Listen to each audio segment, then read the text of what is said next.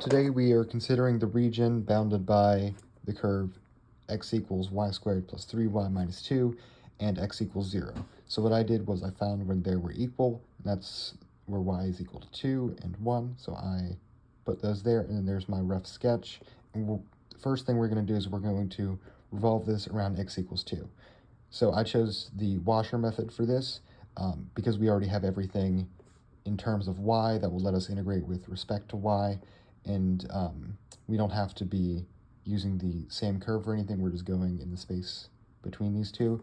So for that, our general formula is the integral from a to b of pi times the outer radius squared minus the inner radius squared.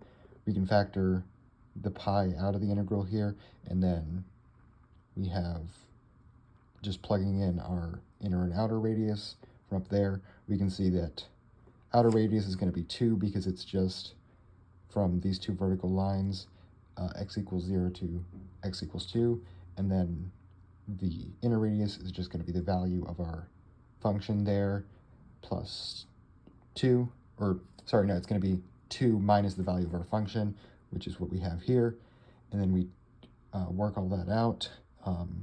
Just taking this, squaring it, we get a bunch of terms there, combine like terms, and bring that all the way down. We integrate it from 1 to 2, and we end up with 19 pi over 30. Now the other problem we're working on is revolving around y equals -1.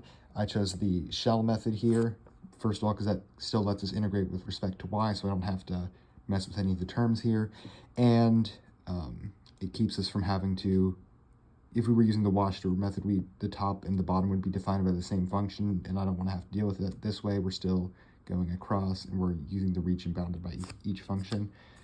So yeah, we can see our radius here is going to be the y value plus 1 because we have that gap there between the y-axis and the x-axis and the line we're rotating around. And the height is just the value of the function, the parabola at each y value. So if we plug that into our formula there, we can distribute all this over, combine like terms again, and then we integrate from 1 to 2. We get pi over 2, and that's our second problem. I also have my statement there where I'm not cheating. I did all this myself, and I signed it down there. All right, cool. Bye-bye.